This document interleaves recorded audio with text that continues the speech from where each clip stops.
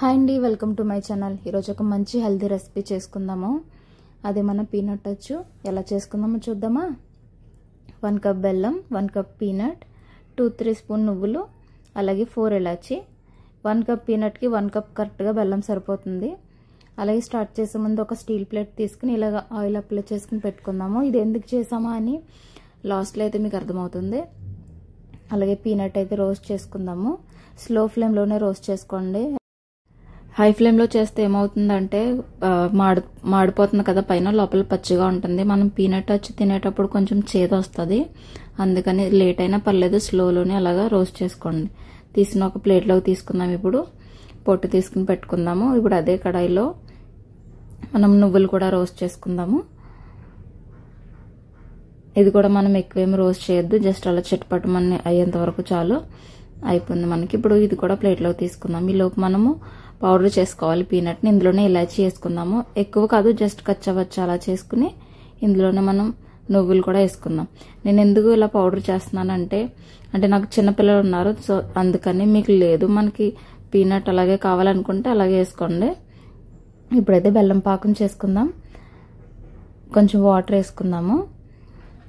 బెల్లం కరుగుతుంది కదా, కరిగిన తర్వాత మనం వడకట్టుకుందాము. ఎందుకంటే రాళ్ళు మట్టి అలా ఏమన్నా ఉంటుంది కాబట్టి బెల్లంలో. ఇలాగ స్టీల్ దాంట్లో అయితే వడకట్టుకోండి, ప్లాస్టిక్ అయితే కరిగిపోతుంది కదా. మళ్ళీ ఇందులోకి తీసుకుని మనం కూడా పాకం చేసుకుందాము. పాకం ఎలా చేసుకోవాలని నేను చూపిస్తాను. ఎందుకంటే ఎక్కువ నేను గట్టిగా చేయలేదు, పిల్లలు తినేలాగా కొంచెం సాఫ్ట్గా ఉండేలాగానే ఈ రకంగా అయితే చాలు.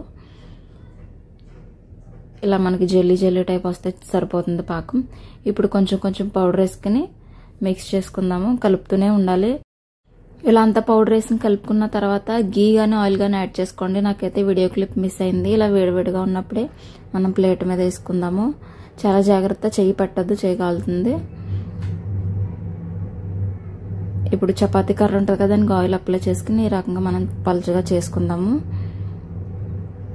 మీకు ఎలా పలుచగా కావాలంటే పలుచగా, లేదంటే లావుగా కావాలంటే అది మీ ఇష్టం. నేనైతే ఇంత పలుచగా చేశాను. ఇలా అయితే సరిపోతుంది. ఇప్పుడే కొంచెం వేడిగా ఉన్నప్పుడే మనం ఇలా కట్ చేసుకుని పెట్టేసుకుందాము. ఎందుకంటే గట్టిగా అయితే మనం కట్ చేయడానికి అవ్వదు. మీకు నచ్చిన షేప్, అలాగే మీకు నచ్చిన సైజులో కట్ చేసుకుని పెట్టుకోండి. ఓకే, ఇలాగ చల్లారి వరకు వదిలేండి. చల్లారిన తర్వాత మన పీనట్ టచ్ అయితే రెడీ అయిపోయింది. చూసారు కదా, ఈజీగానే అయిపోతుంది. ఇలా మంచిగా చేసుకుని పెట్టుకుంటే పిల్లలకి మనం 10 days వరకు స్టోర్ చేసుకోవచ్చు. నచ్చింది కదా వీడియో అయితే లైక్ చేసి ట్రై చేసి కామెంట్ చేయండి.